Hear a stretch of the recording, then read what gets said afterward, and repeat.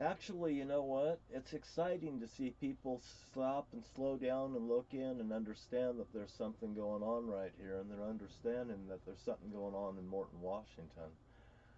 And you know, it's almost interesting because I almost feel like I've been watching history happen around me.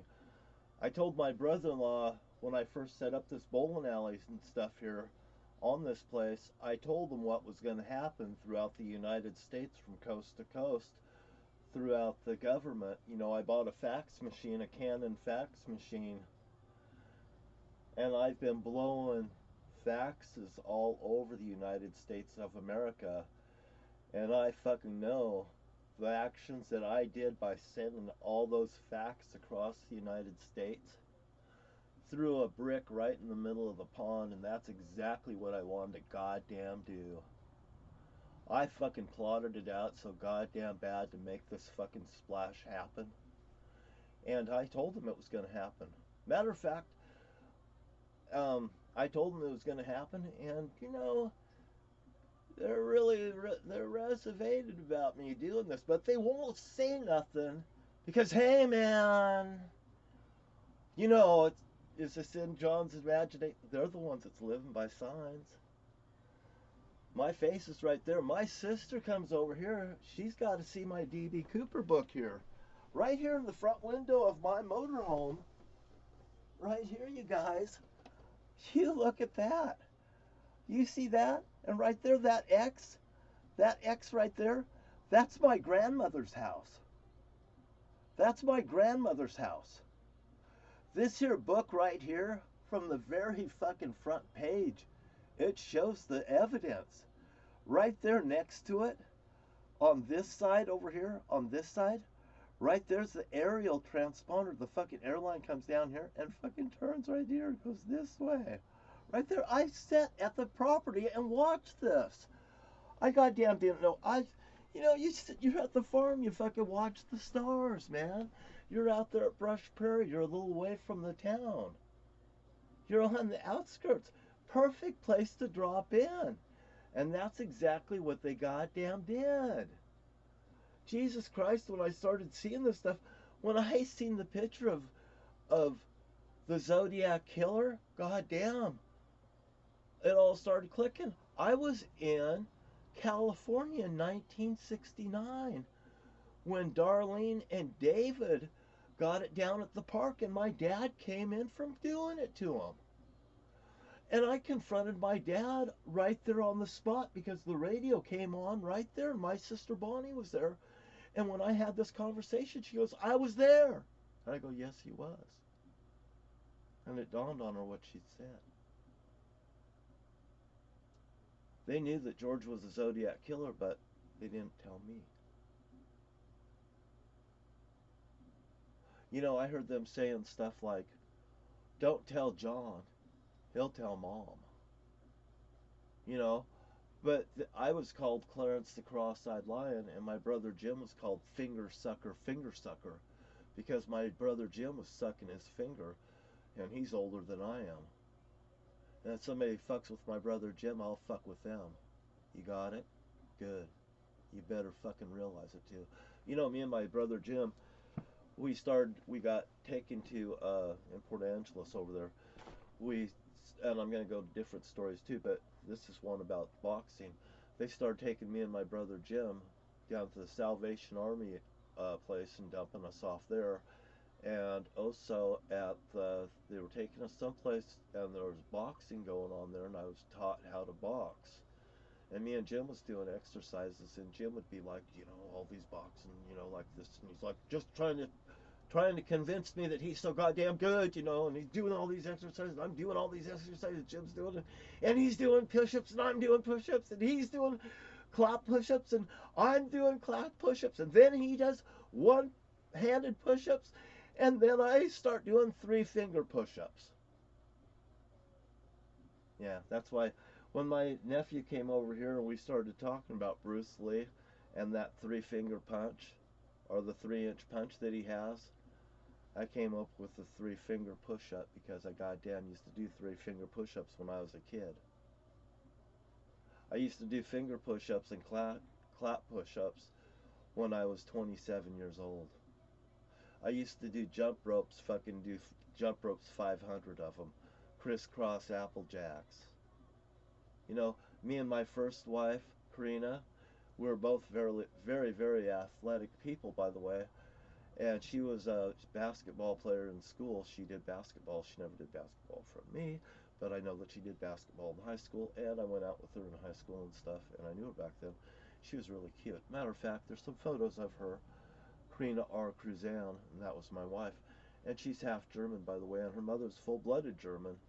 And Patty set me up with Karina. I found that interesting, and Gary Cruzan and stuff. And they're fine people. They live up on Greenwood Drive, 345 Greenwood Drive, up there in Chehalis, Washington. Rosie up there, she's a fine woman. Gary's passed away. You know, when my wife Karina, when she passed away, I wasn't married to her anymore, but you know, you're married till death do you part.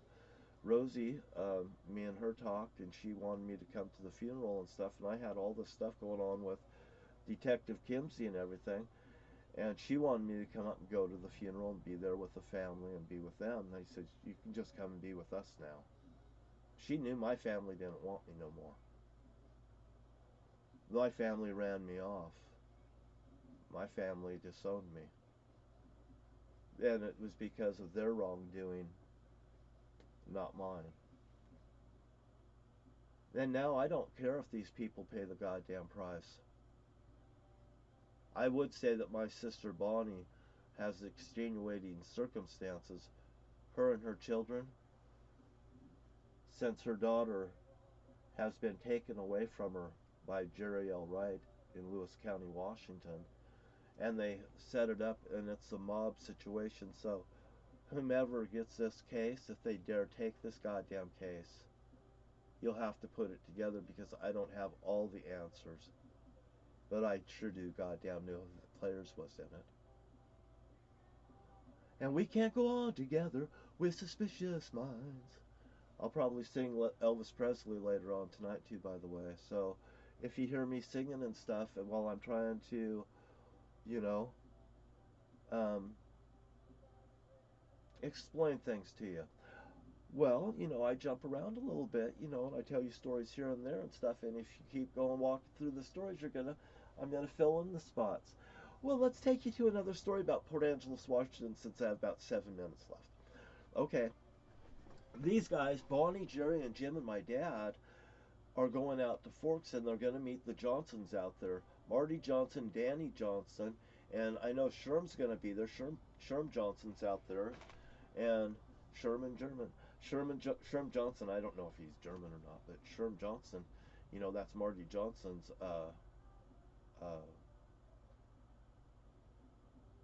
brother, I think it must be his brother or something. But anyway, I won't know. I mean, I do remember Sherm.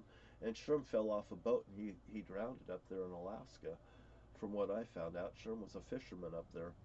But anyway, they went out to Forks, and they went out there, and they stopped to eat breakfast. And Dad and they all went in, and the boys seen a guy outside, a drunk out there, passed out with a motorcycle. And they went out, and when Dad and them went inside, those boys went out, and they got that motorcycle rider up on that goddamn motorcycle, and that guy was saying, this motorcycle has never refused to go up the steps. They're telling me that guy drove that motorcycle across the road. One of the boys opened up the door, and that guy ran that motorcycle, tried to get it up that stairway, and crashed in that stairway. And they had a story where they put a broken wine bottle on the guy's head and stuff. He was propped up over there. It was a terrible story of something they did, and they thought it was so goddamn fucking funny that they had done something like this to another human being. And then they went in that thing, and they went out, and they went for breakfast, and then they came back, and they said how my brother Jim was going to kill people and whatever, you know, and they were bitching and complaining about my brother Jim and him handling guns and whatever. I mean, I goddamn heard a lot of fucking problems out there, especially when they went hunting and I'm at home and I'm listening to all this shit. I'm observing this shit. You know, my mom got in a wreck. She ended up with a bunch of money. They built that playroom on that house in 1968. Danny Johnson, he was down at the explosion down at Hagwoods, Eggy's restaurant right down there. And he was down there with Mike Schulte. And Mike Schulte actually, I was looking back through it, you know, he's complaining that Danny Johnson's now gone. And Dad, he says, I'm the only one that's left that was there. And he's trying to tell a story, and you know, when I fit the pieces back together with what I know about these guys, I'm pretty sure that that explosion down there was actually something that was set to go, set to blow, because Danny was sitting in there saying, let's wait a little bit longer, wait a little longer. He knew it was going to goddamn blow up, and he fucking knew it was safe to be sitting in the position they were in that building. From everything that you could see on Mike Schulte, and Mike Schulte, I think he lives over there in Tacoma, Washington now, somewhere. Spanaway, possibly. But I read that article, and I knew Mike Schulte when I was a child. There goes a cop right there. You see, they come down here, and they roll right past her about every hour now. You know, and that's fine with me. Get to work. If I hear explosions around the corner, I want those guys goddamn over there. They already gave this guy across the street a visit in the middle of the night. That's what my nephew said. And when my nephew said that, I just said I acted like I didn't know about it. But when I talked to Ernie, I told him, I said, I actually seen them go over there. I said, but I never called the cops on them. If they have the and I told Ernie, I said, if they had the cops come over there to their place, it's because they've created the atmosphere for that to goddamn happen over there. And if that motherfucker ever retaliates against me, I'm jacked to get him. I am jacked to get that motherfucker right there. And I'm also jacked to get this guy right here to the south of me. And I goddamn don't fucking want anybody to fucking don't think that I won't walk goddamn across the fucking road to go after somebody that's taunting me. And I won't walk across the goddamn woods to go out and kill somebody that's taunting me if I have to. And by the way, my crossbow's sitting right goddamn there. And they fucking disarmed me down there in Thurston County. And to be honest with you, I'm looking forward to getting some goddamn handguns. I have never shot a person. I have never fucking... I did point a gun at somebody before that was taunting me. Matter of fact, that person's name's Kevin Lundy, and he's goddamn dead. And I told my brother that I was having problems with a guy named Lundy, but it was Daryl Lundy, and he came down on Kevin Lundy. And then Kevin Lundy came to me, and he goes, Jesus Christ, your brother fucking goddamn fucking gets tagged me, fucking goddamn, you know, like this. And I told Jerry, I said, that wasn't the one. It was Kevin Lundy that's in your class. It's not Kevin Lundy that's in my class. It's somebody that's in his class. See, he won't fight somebody that is his size. He fucking wants to attack little people and little children. Matter of fact, he likes to put a little circle on the wall and stick somebody's goddamn nose on it. And when I fucking put a circle on the goddamn wall and I stick Jerry Wright's face through that motherfucking wall, for the abuse I seen him do to little children like Danielle, his second wife, Jan Noise's daughter, Danielle. I watched him sit there, pick up her head and fucking let it fall over. You know what? When I seen him do it the first time, I seen him do it the second time, and that motherfucker seen it, and he goddamn knew I was gonna fucking get him. You know, I got all the reasons to fucking punch that motherfucker out. Beyond punch him out. He stole stuff from my house. They fucking arsoned my mother's house. They've ran my son off, or a boy that I raised as my son. He's not on the birth certificate. He's even my son. I can't even go really after him. You know, they started their goddamn shit, and I have to cut this off right now. It's going for 15.